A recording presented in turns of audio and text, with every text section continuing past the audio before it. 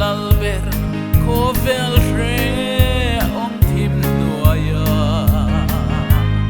I buat say salem khobui o kangai to mange kovel re om nale tim nuaya leng ma ila ngaya min zong tu chu ka ai bang thei love van rau pui eden thar nuam su lung mai om to lo na mun chu o eng ti ne ta ten ve ang I sa tua lal na ram eng moi nuam tak su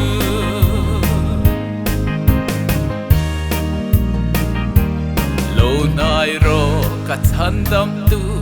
ral alian khovela hiya thi sena itlan sa te lung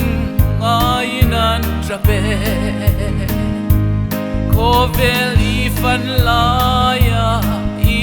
thapan na kalvari melma te an lo kale I ram do tu de chu man rau pui eden thar nuam su lung mai om to lo na mun chu o ek ti ne ta ten ve ang I sa to lal na ram eng moi nuam tak su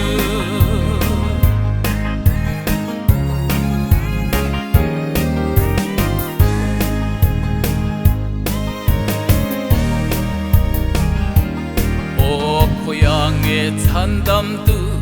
zayon lang ral muan na chu sual ten fai na mga itui kan dan iluan na chu sual dan cha na kulpui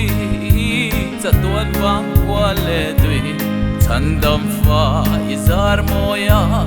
lo man len na chu man rau pui eden thar nuam su lung mai om to lo na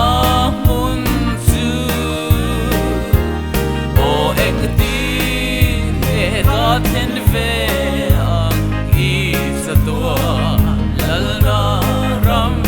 eng moi nuam tak su